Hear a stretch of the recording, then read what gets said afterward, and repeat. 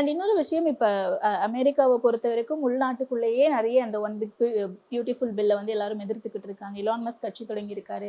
இந்த சிக்கல்களுக்கு மத்தியில மற்ற நாடுகள் மேல அந்த வரிகளை அப்படிங்கிறது உயர்த்துவேன்னு சொல்றதா இருக்கட்டும், இல்ல பிரிக்ஸ் மாநாட்டுல கலந்துக்கிறவங்க மேல வந்து அவர் அதிருப்தி தெரிவிக்கிறதா இருக்கட்டும், இது எல்லாமே இந்தியாவுக்கு எந்த அளவுக்கு பாதிப்புகளை ஏற்படுத்தும்? இந்தியாவுக்கு ஆல்ரெடி பாதிப்பு தானே.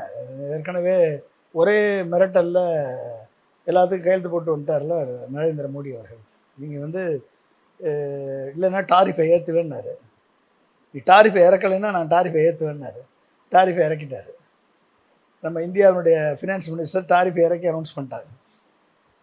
ரஷ்யாட்டிருந்து வாங்குகிற ஃப்ளைட்டுக்கு பதிலாக அமெரிக்காட்ட தான் ஃப்ளைட் வாங்கணும்னாரு.